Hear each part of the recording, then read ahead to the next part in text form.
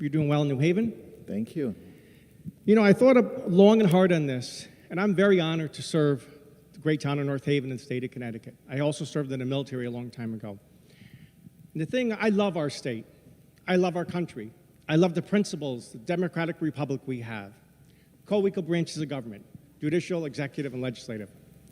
Where I will say, I think the governor's done overall a good job, but it comes a time and a place, and any person of power, be it a president, a governor, unfortunately in many cases in other countries, dictators, and unfortunately we left King George in 1775, 1776.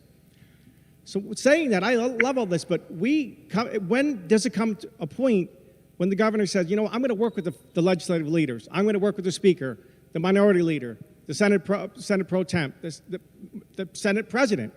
We represent all of our districts with goodwill and faith. It comes to time when we work together as a team, where, like I said, he's done a good job, but what if this goes on 2 years or 3 years? And it could. The virus keeps mutating. I study history. I study science. I'm a believer of science. We all are believers of sciences. This could go on and on and on. So when does it end? You have to ask yourself that.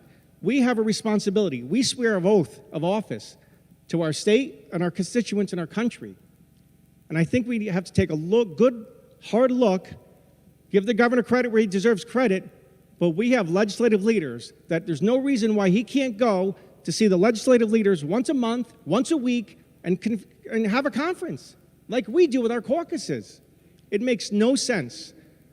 This could go on for 2 more years. So were you going to say abdicate our responsibility and say we're not going to do it? We're not going to take responsibility?